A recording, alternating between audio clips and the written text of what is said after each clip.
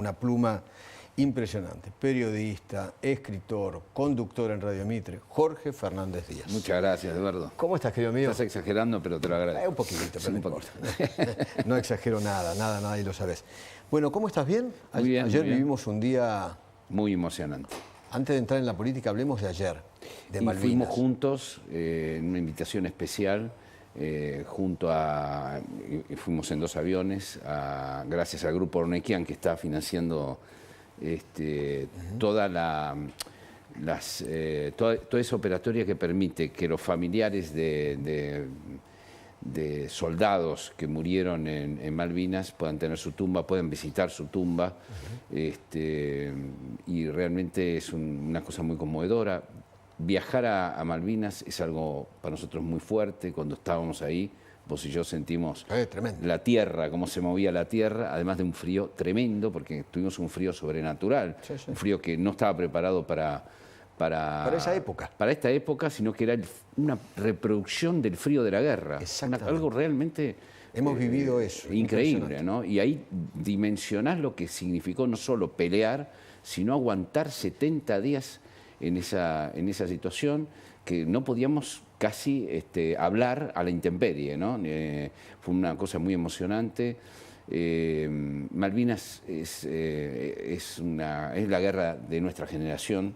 Yo estuve a punto de ir a la guerra, estuve a 5 minutos, he entrevistado muchísimos excombatientes y sentí una conmoción muy grande que después me fui cayendo a medida que pasaron las horas, ¿no? Tuvimos ese enorme privilegio, lo vivimos juntos. Exactamente. Y fue inolvidable. Pero ¿cómo lo sentiste vos? Yo sentí que... Internamente. Lo hemos charlado en el viaje mucho, ¿no? Pero... Yo sentí, mira, Eduardo, algo curioso. Tal vez parezca un poco sofisticado, ¿no? Pero yo creo que la sociedad tiene hacia la guerra de Malvinas una mala conciencia, ¿no? Fue una guerra equivocada, y lo fue. Fue conducida por un fascista como Galtieri, y lo fue.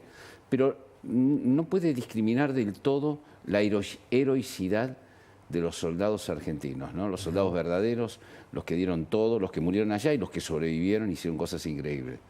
Y después tiene una mirada que solo los ve como víctimas, pobres chicos que murieron. Cuando ellos no quisieran ser vistos como víctimas, y muchos de los familiares tampoco quieren que los vean como víctimas, sino como héroes.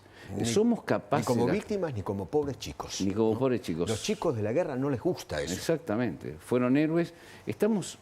Hemos madurado lo suficiente como sociedad como para reconocerlo como héroes. Son héroes impresionantes. Más allá de las motivaciones políticas, de lo equivocado de la guerra, de todo eso, ¿no? Entonces me parece que no tiene que ser solamente visto como un acto altruista, de victimización y de reparación de la víctima, sino de reparación de los héroes. Contame lo que sentiste cuando caminabas.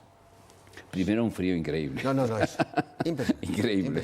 Increíble. No es, les cuento a los televidentes, no es como ir a Bariloche y tener frío en un invierno. No. Son cuchillos, ¿no? 10 grados bajo cero con viento de 70 kilómetros por hora. Sí, fue impresionante. Lluvia, nevisca, un poquito de nieve, después piedra.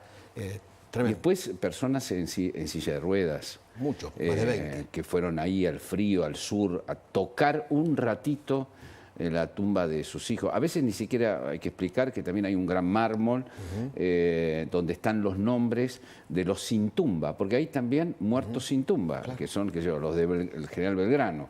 Se hundieron, desaparecieron. Yo he visto y he hablado ayer con personas de 77, 80 años que fueron a tocar el nombre de su hijo desaparecido en el naufragio del general Belgrano. El nombre, o sea, hicieron todo este camino en sillas de rueda en algunos casos para tocar el nombre. Es realmente una experiencia inolvidable. Inolvidable. ¿Me esperás un minuto? Tengo a la ministra Bullrich. Ministra, ¿qué tal? ¿Cómo le va? ¿Cómo anda? ¿Qué tal, Eduardo? ¿Qué tal? ¿Cómo le va? ¿Cómo anda? Me cuenta, la tenemos por teléfono, ¿no? Ministra, ¿me cuenta qué están haciendo allí, en Santa Fe?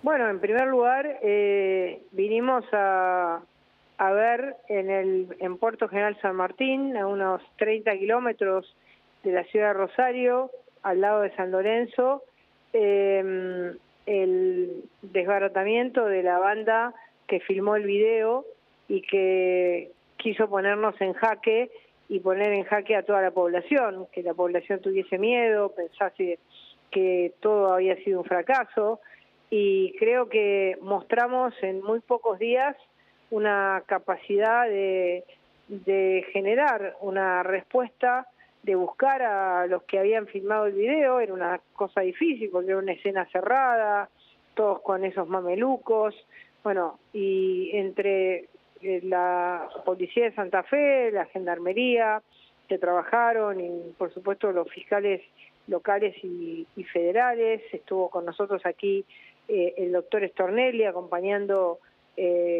los domicilios, fuimos a ver los domicilios allanados.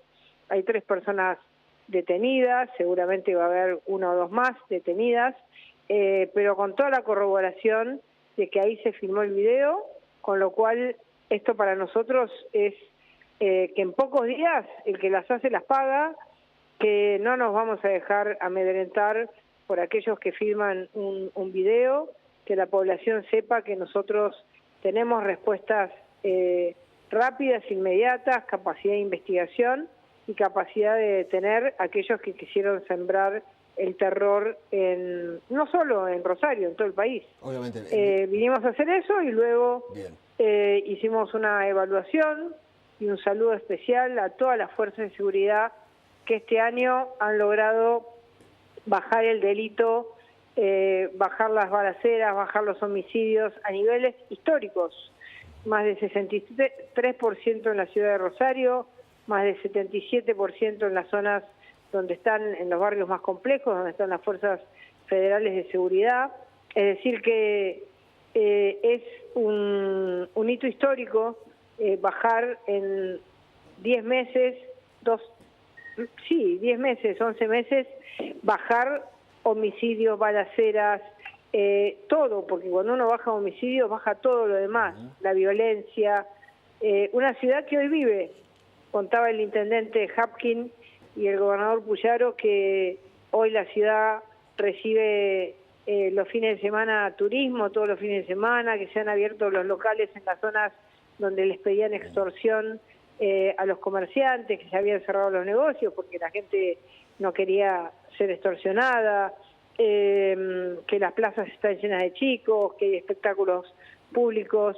Así que, bueno, una ciudad que volvió a vivir, y nosotros orgullosos que nuestro presidente se haya puesto a la cabeza de este plan, que nuestro Ministerio de Seguridad haya colaborado tanto con la provincia de Santa Fe, que por supuesto también puso toda la fuerza para que esto salga así. Ministra, cuénteme una cosa, ¿cómo llegaron a estos narcoterroristas? Usted los calificó de esa manera, narcoterroristas. ¿Quiénes son? Porque se había dicho, no, pero estos son unos tipos disfrazados de fumigadores de cucarachas, ¿no? ¿Quiénes son? Mire, en principio la causa está en secreto de sumario, con lo cual la información que le puedo dar es prácticamente nada, pero son ellos. Son los que cometieron este acto de narcoterrorismo, son ellos. Tenemos muchos indicios, desde los mamelucos hasta armas, con lo cual tenemos muchos indicios que van a seguir siendo investigados, están siendo periciados, pero agarramos a los que fueron, y eso es lo importante. En estos actos uno puede decir, no, algunos dicen, no, son 4 tontitos que no, tenían armas largas, y generaron una acción de terror. Así que ¿se sabe para nosotros... a qué banda pertenecen? ¿A qué banda narco? Mire, acá las bandas más importantes intentan seguir dominando la ciudad. Nosotros lo sabemos, pero tenemos prohibición, de acuerdo a la doctora Celini Cubría y al fiscal Stornelli, de hablar y dar datos concretos, porque queremos ir a fondo en esta investigación. Y por eso no le puedo decir más, pero le aseguro que sabemos todo y por eso llegamos a ellos. Yo cuando vi la escena esa, dije, ¿cómo hacemos para llegar a un lugar cerrado que no tiene nada, una pared blanca? Ni una cara se ve, nada. Ni una cara, que no se ve nada. Bueno, y llegamos. Y Sí, eso es lo importante. La cambio de tema. ¿Hay cambio en la cúpula de la Policía Federal? ¿Es cierto? No, el comisario general, doctor Alejandro Roger, se casó, se fue en Aerolíneas Argentinas con su mujer. El avión de la Policía Federal no se utilizó. Eso es una operación que le han hecho el jefe de la Policía Federal. Hoy se presentó el informe y nosotros no solamente tomamos el informe de aviación se decía federal, que el jefe de la policía había hecho lo mismo que el jefe de la Fuerza Aérea, usar... Bueno, eso no es así y lo hemos comprobado no solamente por el informe de aviación federal, de la Policía Federal, sino por todos los sistemas privados que analizan día a día qué aviones vuelan. El avión estaba justamente en un momento de soporte técnico, porque los aviones tienen que tener soportes técnicos. Estaba en soporte técnico el día que se casó Roger. Igual, a la edad que tiene casarse, bueno, ese es el peor pecado que he cometido, ¿no? pero bueno, esa es su decisión personal. Patricia. Sí.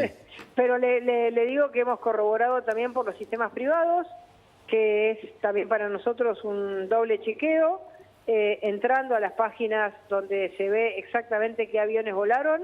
El avión de la Policía Federal no voló. Está muy bien. Y además están los tickets comprados en cuotas por el jefe de la Policía Federal Argentina con su mujer y después fue un núcleo muy, muy pequeño de gente a ese casamiento. Todos tuvo que volver por tierra porque el avión de Aerolíneas no volvió, así que la verdad es que nos da bronca que hagan operaciones de este tipo. Pero bueno, gracias por preguntar porque nos permite desmentirlo. Gracias, Patricia Bullrich, la un abrazo. Ministra de Seguridad. Gracias. Jorge, querido, un año de gobierno, estamos a cinco días nomás, sí. ¿Me puedes hacer tu análisis? Bueno, es muy impresionante. Creo que si yo tuviera que titular cómo le fue a Milei en este año, yo diría que Milei triunfó.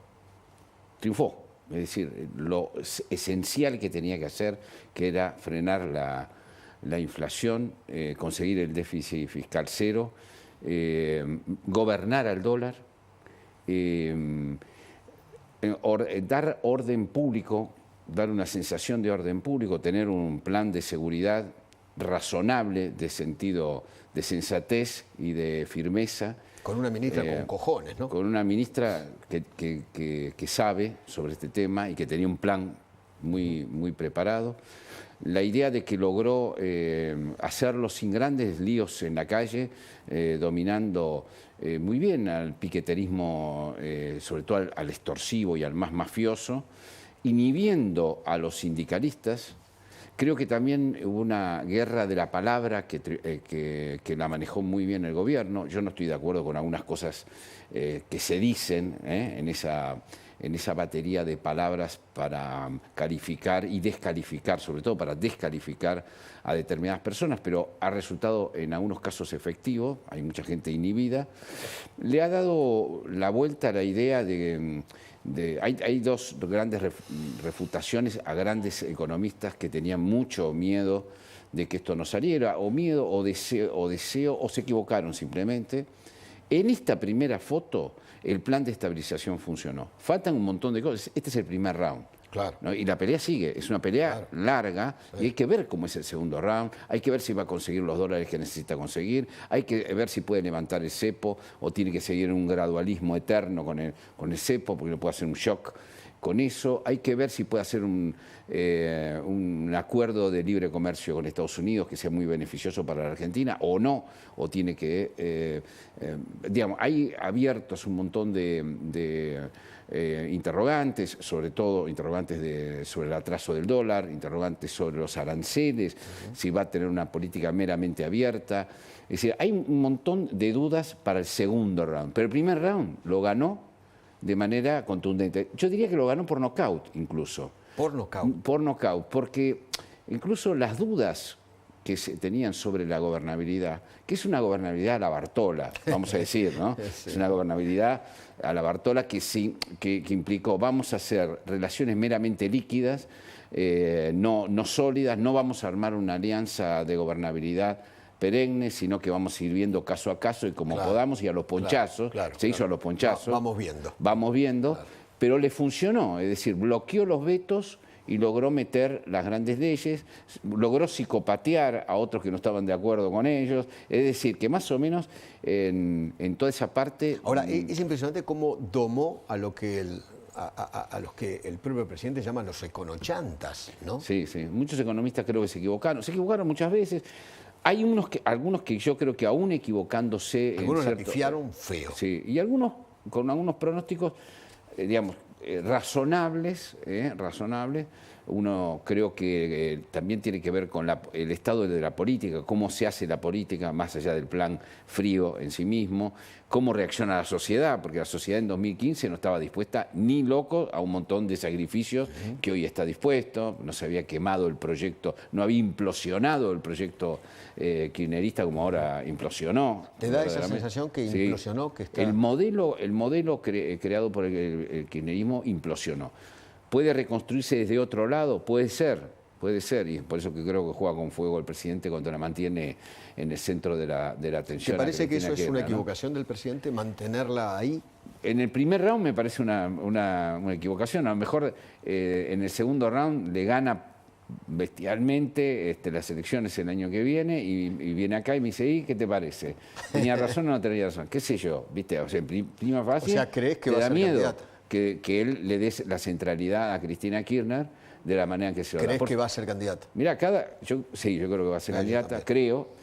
Y cada vez que alguno tiene dudas sobre Milei en la Argentina, porque no le gusta esto, porque hay muchas cosas para hablar de las cosas malas de Milei. Por ejemplo, contalas. Pero cada vez que le muestra a Cristina, te muestra a Cristina y dice, bueno, no me mostré, ¿viste? Me mostré al hombre lobo, me quedo con Drácula, no sé, digamos, hago cualquier cosa, ¿no? Lo digo figurativamente, ¿no? Después cortan estas cosas y las dice.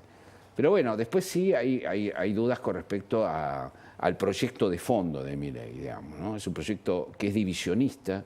Es decir, se plantea, hay gente muy cercana a Milei que le ha dado consejos que han resultado. Yo lo que tengo miedo es que al gobierno le vaya le vaya bien portándose mal. Y entonces crea que hay que portarse mal para que te vaya bien. Claro. ¿No? ¿Qué es para mí portarse mal? Tener un proyecto divisionista, los buenos, los malos, blanco y negro. ¿Estás de acá? No hay, pero pará, yo quiero criticar unas cosas y no hay lugar para el sentido común, para la sensatez. Mirá, esto está bien. Si apenas criticas algo, automáticamente te convertiste en malo. Sos enemigo. Y no salís más de ahí. Claro. Entonces la idea de que hay buenos y malos, que es una idea burda. La idea de que si vos empezás a criticar algo sos comunista, es una idea burda, es una idea... Pero podría decir, bueno, pero mira que me funcionó en algunos aspectos. Yo tengo miedo que todas las cosas de portarse mal, de por ejemplo tener cierto desdén hacia las instituciones, de no abrazar al republicanismo, sino el republicanismo tiene que acompañar y... ¿Instituciones como cuál? ¿La Corte, por ejemplo? La Corte, el Parlamento, la idea de finalmente las instituciones son hijas de la casta. Me parece un conflicto irresuelto todavía la idea de que podés ser menemista y ser anticasta al mismo tiempo. El menemismo es uno de los padres y abuelos de la casta. Totalmente. ¿No? Entonces, cuando vos te metés a hacer menemismo del siglo XXI, empezás en chapucerías, empezás en arreglos bajo la mesa, en negociaciones de pragmatismo sucio. Y mientras que te tenés que presentar como el impoluto de zapatitos blancos que está luchando contra eso. Ahí hay una contradicción fundamental. ¿Vos sos de aquellos que piensan que Milei está haciendo un peronismo muy moderno? Sí, yo creo que sí. Yo creo que precisamente Milei está ocupando en el territorio el lugar de lo que sería el peronismo de derecha. Digamos, ¿no? Es un peronismo de mercado. El de Menem. Muy parecido al de Menem, con lo cual casi no le queda al peronismo otra alternativa que ir hacia el peronismo de izquierda. Pero por eso están tan desesperados, ¿no? Porque la base la perdieron, ¿no? Porque hay algo que no se... Es muy interesante ver a los intelectuales kirchneristas cómo admiran a Milei, odiándolo, criticándolo, lo admiran, lo reconocen como un animal político en espejo. Digamos, ¿no? Y muchos hoy ya lo consideran un líder político. Y sí, un líder político. El kirchnerismo admira el carácter plebeyo, lo dicen así, de Milei. Es decir, Milei tiene una parte de pueblo, tiene pobres, tiene a los pobres, tiene a los jóvenes. Eso es arrebatarle a una parte de los pobres y una parte de los jóvenes al kirchnerismo fue mortal. Mortal. Mortal. Y ahí eso, le pegó en la línea de flotación. Claro, y eso es por el cual lo respetan. Él se ha peleado más durante todo este año con los no kirchneristas, se ha peleado más con los republicanos, con los disidentes, con los liberales, que los considera tibios, y a los tibios los vomita Dios. Es decir, se ha peleado más con los que le hacían objeciones de índole institucional que con el propio peronismo, que le es muy funcional, ¿no? Después toda esa fraseología violenta, ¿no? Los cucas, que lo que es muy efectiva, los cucas, ¿no? Cucarachas. Los mandriles. Los mandriles, los quedó... Econochantas. Claro. Ensobrados. Toda esa fraseología... periosobres. Claro, estoy diciendo algo que no nos conviene, porque a mí me dicen barbaridades. A mí también, no te preocupes. Pero te estoy diciendo que el uso de ese vocabulario le funcionó en el primer round. Es verdad, mientras vos bajás la inflación, mientras vos... el trauma que significó para la gente común ir todos los días que cambiara el precio, ver que el dólar se disparaba en la Argentina, el trauma es inconmensurable, es terrible. El que vino a curar en este primer round, ese trauma se le perdona todo. Hay mucha gente que nos dice, che, apóyenlo a Milei, ya sé todo, pero apóyenlo a Milei. Como si Milei siguiera siendo débil. Milei solo aparentemente es débil. Milei ha demostrado una fortaleza muy grande y ha demostrado que los demás no han podido pararse bien frente a él porque viene con algo nuevo. Creo que viene a generar una nueva grieta que no es la grieta anterior necesariamente. Y después, recordemos bien en base a qué está armado todo esto, ¿no? Está armado, digamos, Sturzenegger trabajó como hobby todos los sábados durante 2 años de su vida para prepararle un plan de deregulación a Patricia Bullrich. Le mandó la carpeta a Milei. No, un mamotreto así. Toma, claro. Milei lo leyó en una noche y dijo, este es el plan de gobierno. Vamos a la carga barraca.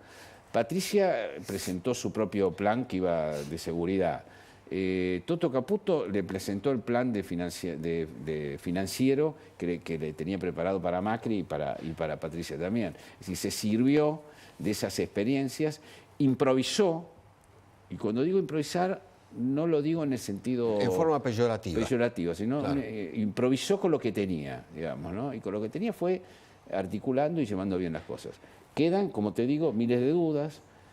Después hay gente que te dice, no te dediques al cotillón, dedícate a la realidad. La realidad es esta que acabamos de escribir.